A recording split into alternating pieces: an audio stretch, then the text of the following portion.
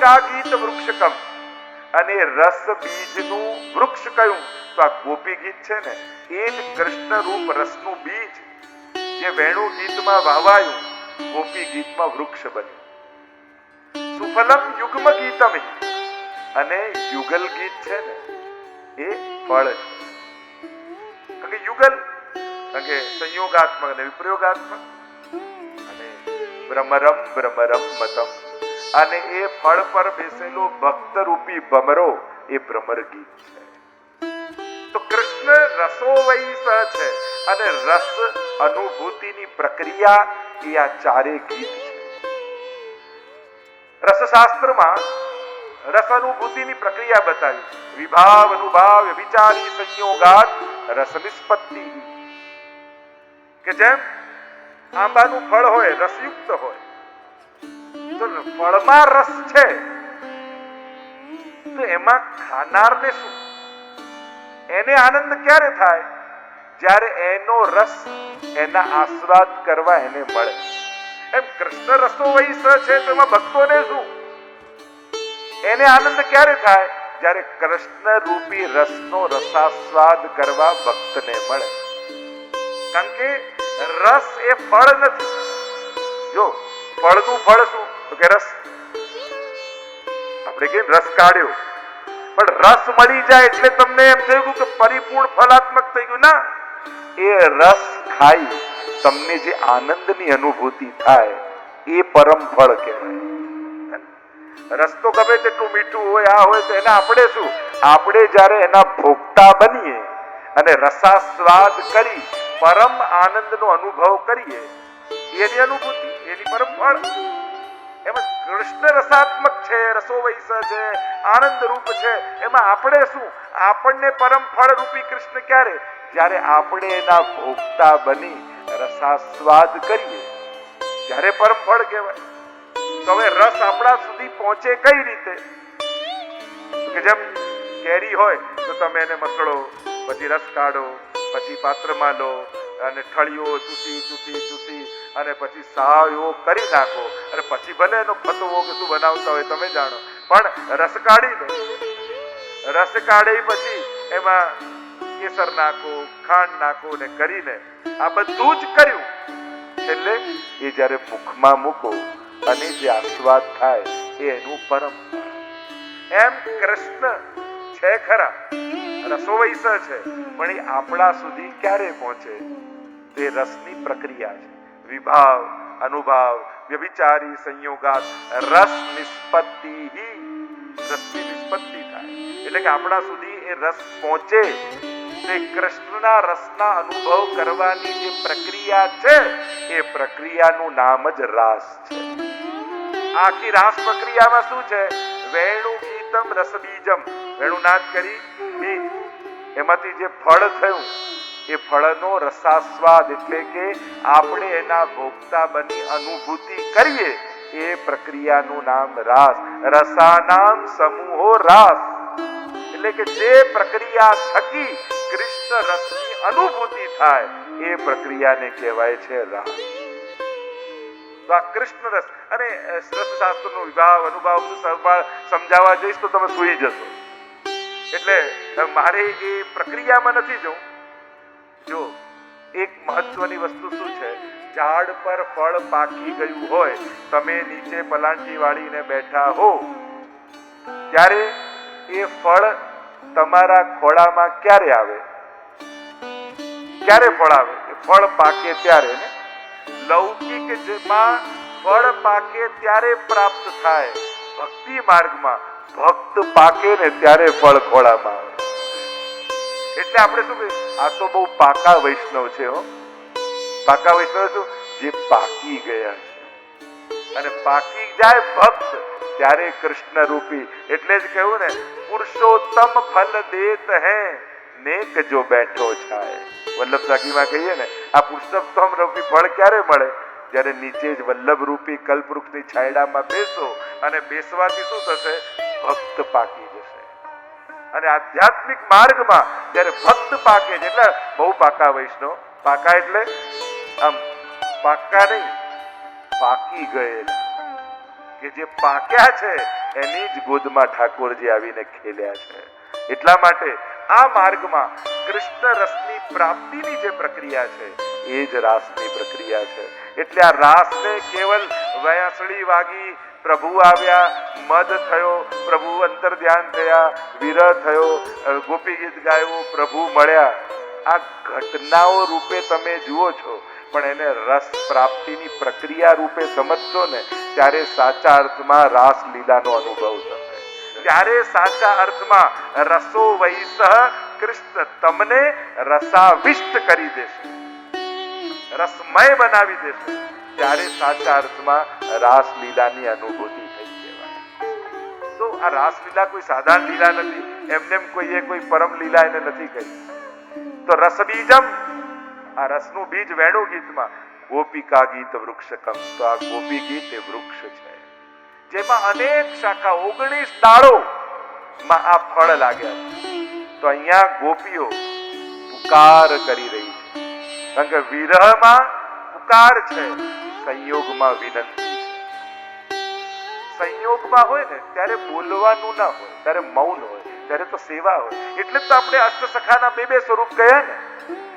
જો 84 વૈષ્ણવની વાર્તા વાંચો, દરેકનું લીલામાં એક સખી સ્વરૂપ, પણ અષ્ટસખાની વાર્તા વાંચો ને તો લીલામાં તોક સખા, નિત્ય લીલામાં આ સખી, ચંદ્રભાગા સખી, વિશાલ સખા. અષ્ટસખાઓના બે સ્વરૂપ કયા? સખાનું રૂપ છે અને સખીનું રૂપ છે. એનું કારણ કેમ? કારણ કે અહર્નિશ લીલા ગાવાની છે, દિવસ અને રાત્રિની.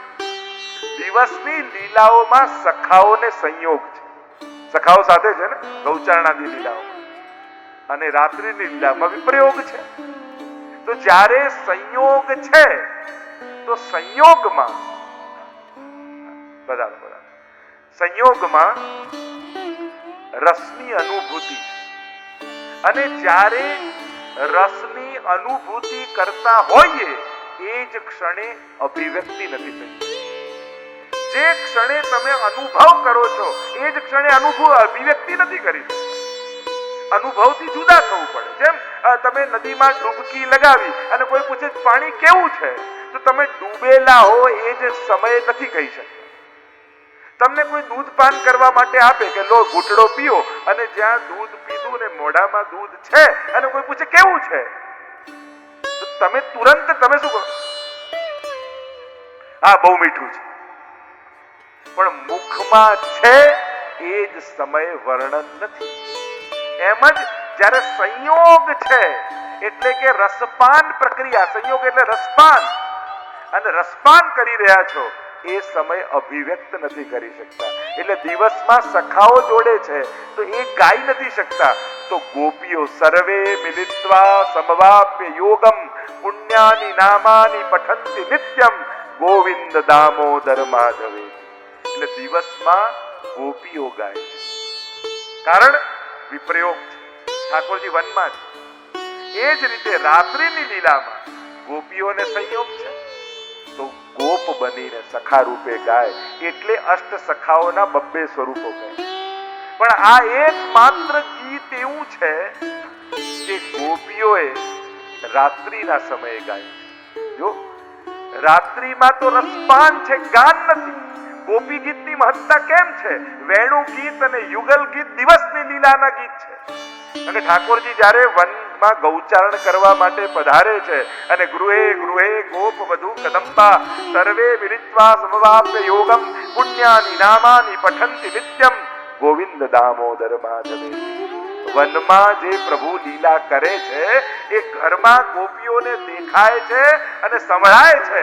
એટલે દિવસમાં અનવસરની લીલામાં, એટલે કે રાજભોગનો સમય થઈ ગયો પૂરો અને હજી ઉત્થાપનનો સમય, સંધ્યા આરતીનો સમય થયો નથી આવવાનો, તો રાજભોગથી ઉત્થાપન વચ્ચેનો જે સમય છે એ સમયની લીલા.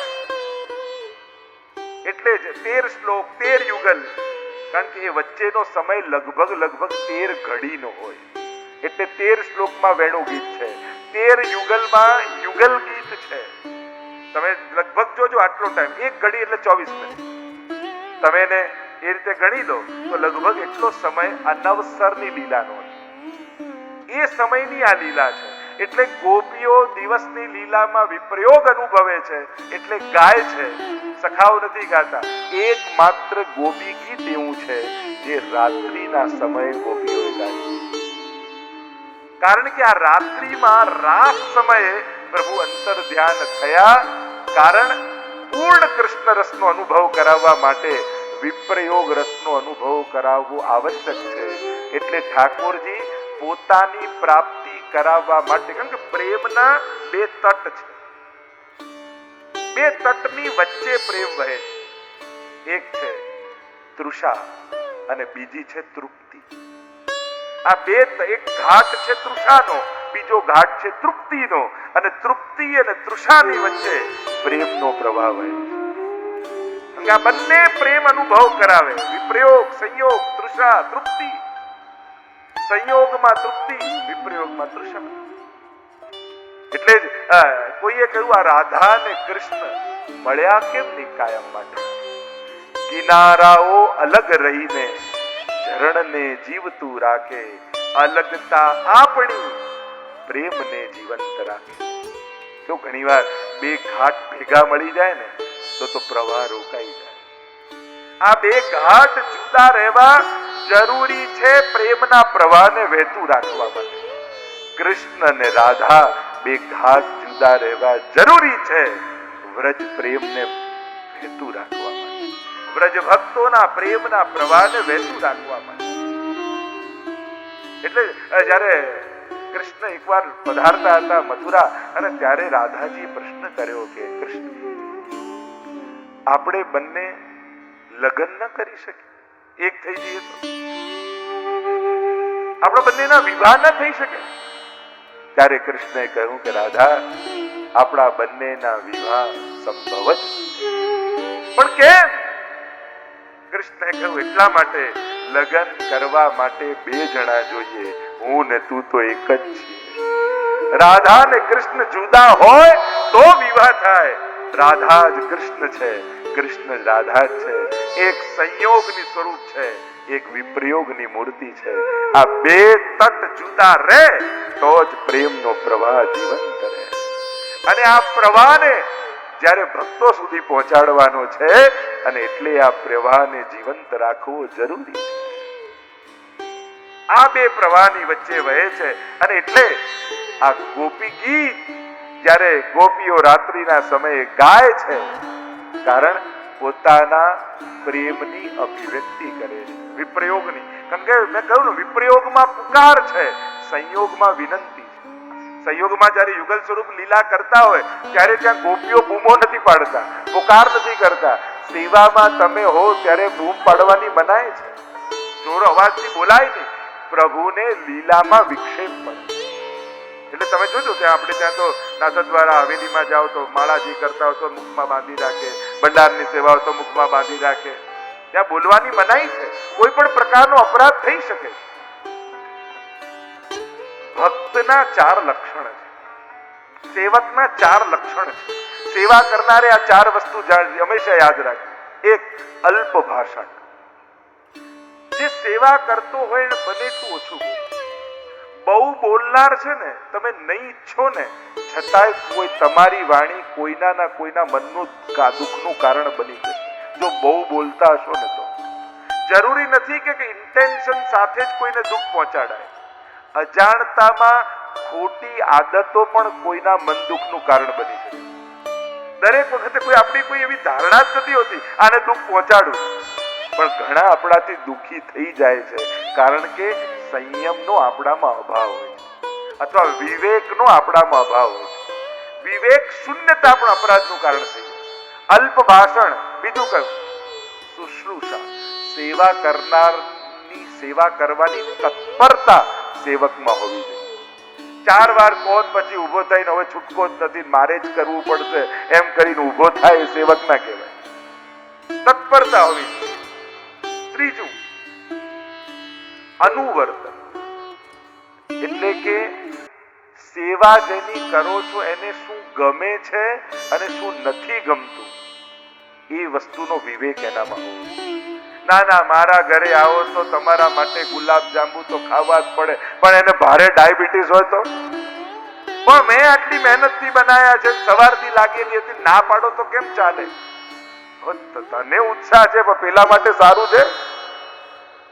એમ જ જ્યારે પણ સેવા કરો તો સત્સુખનો વિચાર રાખીને કરો. પ્રભુને શું ગમે છે અને પ્રભુને શું નથી ગમતું. તમને થાય કે આ બંને વસ્તુ કઈ રીતે જાણવી? તો કે મહાપ્રભુજીની રીતમાં. જે રીતે મહાપ્રભુજીએ સેવા ક્રમને બનાવ્યો છે એ શું છે? પ્રભુનો ગમો ને અણગમો. જે રીતમાં છે એ ગમતું છે, જે રીતની બહારનું છે એ અણગમતું છે. બસ એ જ પ્રમાણે જાણવું સહેલું જ છે. જો સત્ય અસત્ય કેમ નક્કી કરવું? ભગવાને શું કહ્યું? તસ્માત શાસ્ત્રમ પ્રમાણમ તે. પાપ અને પુણ્ય નક્કી કેમ કરવા? સત્ય અસત્ય નક્કી કેમ કરવું? ધર્મ અને અધર્મ નક્કી કેમ કરવું? સાવ સહેલું, શાસ્ત્રમાં જોઈ લો. ભગવાન જે કહે છે એ ધર્મ, ભગવાન જે નિષેધ કહે એ અધર્મ. પછી તમારા લોજિકમાં ભલે બંધ બેસતું હોય કે ન હોય, તમારું લોજિક આજે આવું છે ને કાલે કંઈક જુદું વિચારો એનું કઈ નક્કી થોડી છે. તસ્માત શાસ્ત્રમ પ્રમાણંતે કાર્ય વ્યવસ્થિત. શાસ્ત્રો પ્રમાણે છે.